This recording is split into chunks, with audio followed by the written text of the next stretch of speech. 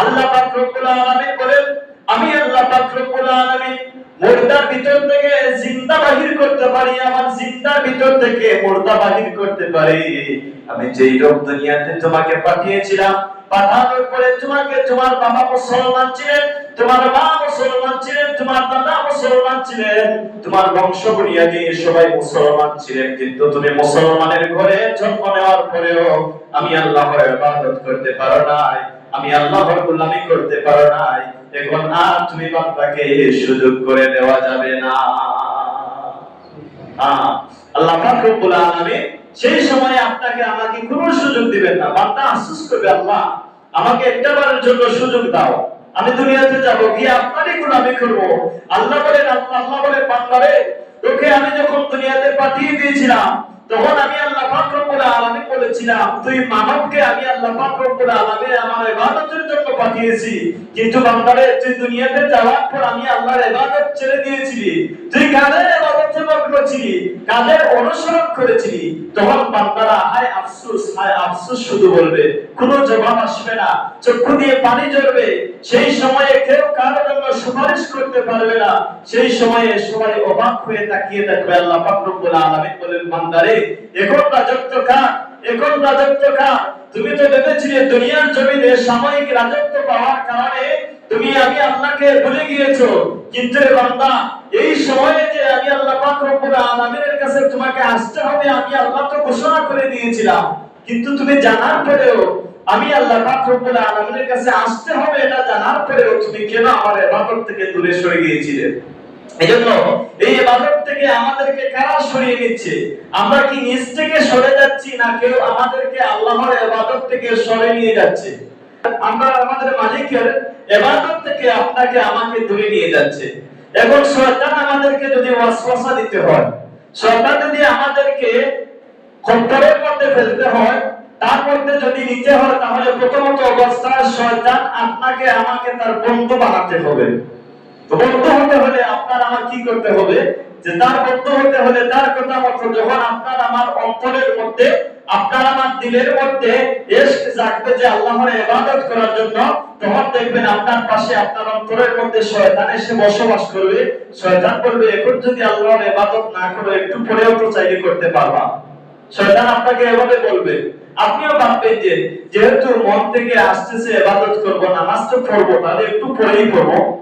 এই যে শয়তান আপনাকে এসে বলতেছে একটু পরে, এভাবে বলতে বলতে আপনি আমি একটু পর বলতে বলতে একটু পর সময়টা আসে নাই, কিন্তু আপনার আমার জন্য মালাকুল মউত তৈরি হয়ে গিয়েছে। মালাকুল মউত বলতেছেন, বান্দারে তুই যে বলতেছিস একটু পরে আল্লাহর ইবাদত করবে, কিন্তু একটু পরে তো তোর মধ্যে আজরাইল আলাইহিস সালাম চলে আসবেন, আসার পর তোর জানটা কবজ করবে, তুই তো আর সেই সময়টা পাবে না যে নামাজ পড়ার জন্য তুই দেরি করতেছিস। বান্দাদেরকে আল্লাহ পাক রব্বুল আলামিন হুঁশিয়ারি বার্তা দেন, বান্দা তুমি জেনে রাখো আমি আল্লাহর কাছে তোমাকে ফিরতে হবে, অবশ্যই আমি আল্লাহর কাছে ফিরতে হবে, আজ হোক কাল হোক, এই মুহূর্তে হোক একটু পরে হোক, আমার কাছে ফিরতে হবে। কিন্তু বান্দা আমি আল্লাহর ইবাদত করতে গিয়ে তুমি যে দেরি করতেছো, তুমি যে আমি আল্লাহর ইবাদত করতে গিয়ে তুমি যে অলসতা বোধ করতেছো, এই অলসতা বোধের কারণে হয়তো কাল কিয়ামতের ময়দানে তুমি বান্দা নাজাত না পেতে পারো। এজন্য আল্লাহ পাক রব্বুল আলামিন বান্দাদেরকে বলেছেন, ইয়া আইয়ুহাল ইনসানু মা গাররাকা বিরাব্বিকাল কারীম, বান্দারে তোমাদেরকে আমি আল্লাহর ইবাদত থেকে দুনিয়ার কোন জিনিসটা সরিয়ে রেখেছে। যে আপনি আমি ইসলাম ধর্মের মধ্যে প্রবেশ করেছি, আপনি আমি নিজ থেকে আমরা যদি অনুমান করি, আমরা যদি যাচাই করি, আমরা কতটুকু ইসলামের মধ্যে পরিপূর্ণভাবে ঢুকলাম।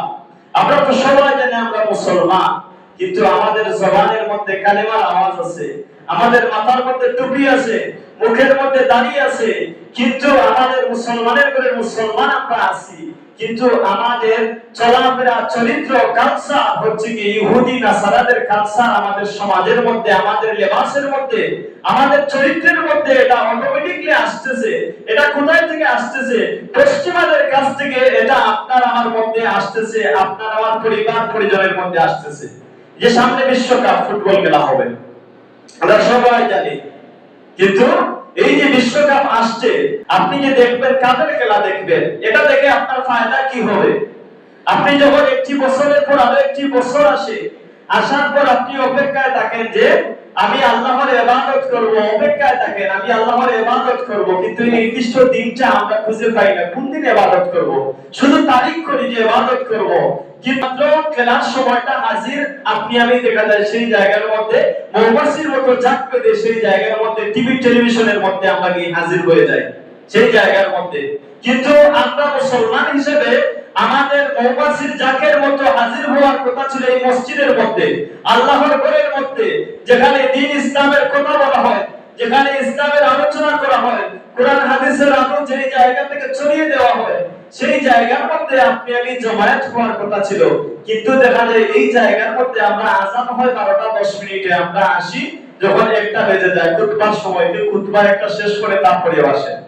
এই যে মসজিদের মধ্যে আপনি এখানে আসতেছি, কিন্তু দুনিয়ার মধ্যে আপনি যে পশ্চিমা গোষ্ঠীর ইহুদি নাসারাদের কালচার যেই জায়গার মধ্যে, তাদের লেবাস যেই জায়গার মধ্যে, তাদের খেলা যেই জায়গার মধ্যে, তাদের বিনোদন যেই জায়গার মধ্যে, সেই জায়গার মধ্যে আপনি আমি সবার আগে ভাগে গিয়ে হাজির হচ্ছি, অথচ আমরা একবারও ভাবতেছি না যে আমরা যে মুসলমান, আমরা কাদের অনুসারী হয়েছি, আমাদের মধ্যে আমাদের অক্ষরের মধ্যে কাদের অনুসরণ।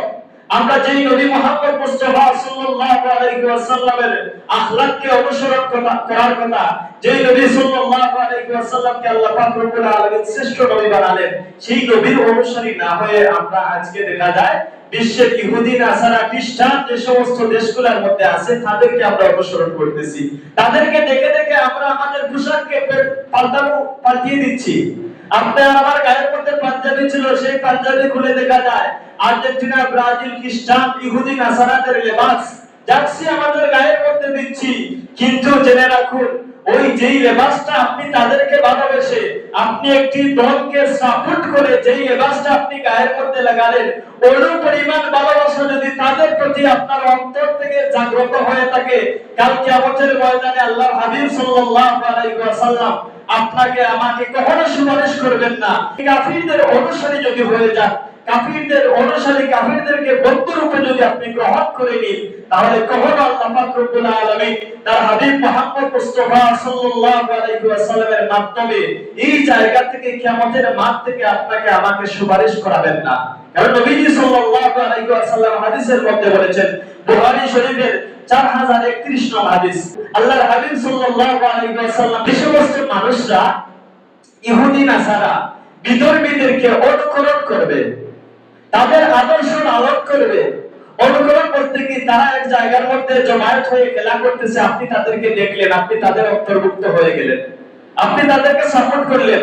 এখন আপনি যে বাংলাদেশ থেকে আর্জেন্টিনা আর ব্রাজিল আর বিভিন্ন স্কুলের মধ্যে আল্লাহ পাক রব্বুল আলামিনের প্রতি তারা তাদের বিশ্বাস নেই পরিপূর্ণভাবে, আল্লাহকে তারা মানে না, তারা ইহুদিরা ইহুদিদের বন্ধু, খ্রিস্টানরা খ্রিস্টানদের বন্ধু, কিন্তু আমরা মুসলমানরা মুসলমানদের বন্ধু, তাদেরকে আমরা বন্ধু রূপে গ্রহণ করা এটা কখনো জায়েজ হবে না, এটা সম্পূর্ণ না জায়েজ। এখন আসেন যে আমরা তাদের লেবাস আমাদের গায়ের মধ্যে পরি। আপনার আমার সন্তান যারা বাড়িতে আছেন তাদেরকে দেখা যায় আমরা 100 টাকা 200 টাকা দিয়ে আর্জেন্টিনা এবং ব্রাজিলের জার্সি কিনে দেই, কিন্তু এটা আপনি একজন বাবা হয়ে, আপনি একজন গার্জিয়ান হয়ে, আপনি একজন অভিভাবক হয়ে এটা কতটুকু শরীয়ত সম্মত কাজ করতেছেন? আপনার সন্তানকে আপনি নাসারাদের বিধর্মীদের পোশাক আপনি আপনার সন্তানকে বাজার থেকে ক্রয় করে এনে দিলেন, তার গায়ের মধ্যে লাগিয়ে দিলেন, সন্তানের ভালোবাসা জন্মে যায় এই জার্সির প্রতি। যে জার্সি যখন তার গায়ের মধ্যে আসে, সে এই জার্সিটা পেয়ে নিজে আবেগে বলে আমি আর্জেন্টিনা, আমি ব্রাজিল। কিন্তু এই যে সন্তানটা বলতেছে আমি আর্জেন্টিনা, আমি ব্রাজিল, এই সন্তানটা বলার কথা ছিল আমি মুসলমান, আমি আল্লাহর হাবিব সাল্লাল্লাহু আলাইহি ওয়াসাল্লামের উম্মত, আমি আল্লাহর বান্দা, এটা বলার কথা ছিল। কিন্তু আপনি আপনার সন্তানের গায়ের মধ্যে বিধর্মীদের পোশাক এনে দিলেন, আর সন্তানের এই পোশাক গায়ের মধ্যে লাগিয়ে এই সন্তানটা ধীরে ধীরে ধীরে ধীরে আর্জেন্টিনা এবং ব্রাজিল খ্রিস্টান দেশগুলোর প্রতি মায়ায় আসক্ত হচ্ছে। দেখেন আপনি, যখন ফিলিস্তিনের মধ্যে মুসলমানদের উপর আঘাত হয়েছিল, তখন বিশ্বের মধ্যে মুসলিম কান্ট্রি ব্যতীত কয়টি দেশ এই মুসলমানদের পক্ষে দাঁড়িয়েছিল? আজকে আপনার বাংলাদেশের মধ্যে যদি কোনো বিধর্মী এসে আক্রমণ করে, আপনি খুঁজে দেখেন এই আপনার আর্জেন্টিনা, ব্রাজিল যে সমস্ত দেশ পড়ে, এই সমস্ত দেশ কি আপনাকে আমাকে চিনবে, আপনাকে আমাকে খুঁজবে, আপনার আমার প্রতি মহব্বত দেখাবে? না, কখনো দেখাবে না। তারা তাদের জাতি ভাইদের প্রতি মায়া কান্না দেখাবে, আপনার প্রতি আমার প্রতি কখনো দেখাবে না। অথচ আমরা আবেগী মুসলমান, আমরা না বুঝে আমাদের গায়ের মধ্যে তাদের পোশাক লাগিয়ে দিই। অথচ দেখা যায় আপনার আমার সন্তানকে যদি জিজ্ঞেস করেন যে পাঁচজন নবীর নাম বলো, সন্তান কখনো বলতে পারবে না। ভালো করে সন্তান কালেমাও বলতে পারবে না, ভালো করে পাঁচজন সাহাবীর নাম বলতে পারবে না। কিন্তু যদি তাদেরকে জিজ্ঞেস করেন যে পাঁচজন খেলোয়াড়ের নাম বলো, দেখবেন 5 জনের কথা বললে সে 10 জনের নাম বলতে পারবে। কারণ কি? সে ছোটকাল থেকে দেখে আসছে তার বাবাও খেলার প্রতি আসক্ত, তার মা খেলার প্রতি আসক্ত। ছোট্ট সন্তান যখন কোলের মধ্যে থাকে, মায়ের গর্ভের মধ্যে যখন সন্তান থাকে, এই সন্তান গর্ভে থাকা অবস্থায় সেই মাও টিভির মধ্যে, চ্যানেলের মধ্যে, টেলিভিশনের মধ্যে মাও আর্জেন্টিনা ব্রাজিলের খেলা দেখেন। তাহলে সন্তান যদি মায়ের পেটে থাকা অবস্থায় মা যদি খেলা দেখেন, তাহলে ওই সন্তান তো যখন গর্ভ থেকে বাহির হবে, এই সন্তানটার আদর্শটা হয়ে যাবে ইহুদি নাসারাদের মতো। আমরা ঘরের মধ্যে শয়তানের যে কালচারগুলো আছে আপনার আমার টিভির মধ্যে, মোবাইলের মধ্যে, আরো অনেক সহজ যুগ এসেছে এখন, আমরা ওয়াইফাই ঘরের মধ্যে রেখে দিলাম। আর ওয়াইফাইয়ের মাধ্যমে ছোট বাচ্চা যখন সে কান্না করে সাথে সাথে তার হাতের মধ্যে আপনি মোবাইল ফোন দিলেন, তখন সে দেখতেছে একটার পর একটা নাটক দেখতেছে, রিলস ভিডিও দেখতেছে। দেখার পর সে পথভ্রষ্ট হয়ে যাচ্ছে, ছোটকাল থেকে সে পথভ্রষ্ট হয়ে যাচ্ছে। কিন্তু আপনার সন্তান, আমার সন্তান যেই সময়ে ইসলামের কথা শিকার কথা, বুনিয়াদী শিক্ষা শিকার কথা, বক্তব্যে আসার সময়, এই সময়টা, এই সময়টা দেখা যায় আপনার আমার শিশুরা যখন বক্তব্যে আসার সময় ঘুম থেকে জাগ্রত হওয়ার পরে বলে আম্মা মোবাইল দাও। মোবাইল দিলে দেখা যায় সন্তান কান্না বন্ধ করে দিয়েছে। কিন্তু এই সময়ে মা বাবার উচিত ছিল সন্তানকে কালেমা শিক্ষা দেওয়া, নামাজ শিক্ষা দেওয়া, রোজা শিক্ষা দেওয়া, ইসলামের বুনিয়াদী শিক্ষাগুলো দেওয়া। কিন্তু এই জিনিস থেকে সন্তানগুলা ধরে যাচ্ছে কাদের কারণে? এই যে কপালপুরা মাতা পিতার কারণে সন্তান আজকে পথভ্রষ্ট হচ্ছে। কালকে আমাদের ময়দানে এই পিতামাতারা আল্লাহ পাক রব্বুল আলামিনের কাছ থেকে নাজাত পাবেন না। অবশ্যই আল্লাহ পাক রব্বুল আলামিন তাদেরকে আঁকড়ে ধরবেন এবং সেই জায়গার মধ্যে অনুপরিমাণ বা কদম ফেলার কোন জায়গা মিলবে না। যেদিকে আপনি যেতে চাইবেন সেদিকে আপনার জন্য জাহান্নামের আগুন তৈরি থাকবে। আপনি সামনে তাকাবেন, আপনার দিকে দেখবেন বিষাক্ত সাপ এগুচ্ছে। আপনি পিছনে তাকাবেন যে আমি কি সামনে যে সাপটা আসছে সেই সাপের কাছ থেকে বেঁচে কি পিছনে গিয়ে একটু বাঁচতে পারি। পিছনে যাবেন, দেখবেন আরো বিষাক্ত একটা আসছে, আপনাকে চতুর্দিকে সাপ আপনাকে দংশন করবে। আপনি কোনো পথ পাবেন না। এই পথ না পাওয়ার কারণ থাকবে আপনি দুনিয়ার মধ্যে থাকা অবস্থায় আপনার সন্তানকে দুনিয়ার মধ্যে ইসলামী শিক্ষা না দিয়ে কুসংস্কৃতি, বিশ্বের যে সমস্ত নাস্তিক ইহুদি নাসারা বিধর্মীরা আছে তাদের কালচার তাকে শিক্ষা দেওয়ার কারণে, তাদের চরিত্র তাদেরকে শেখানোর কারণে, তাদের দেখা দেখি দেখা যায় তারা যেভাবে চুল কাটে, আপনার আমার ছোট সন্তানেরা সেলুনের করতে গিয়ে বলে আমাকে নেইমারের মতো চুল কেটে দাও। আপনার আমার সন্তান গিয়ে বলে আমাকে মেসির মতো চুল করে দাও। খেলার সময় দেখা যায় সেই সন্তানটা মেসি নেইমারের পোশাক গায়ে দিয়ে খেলা করে।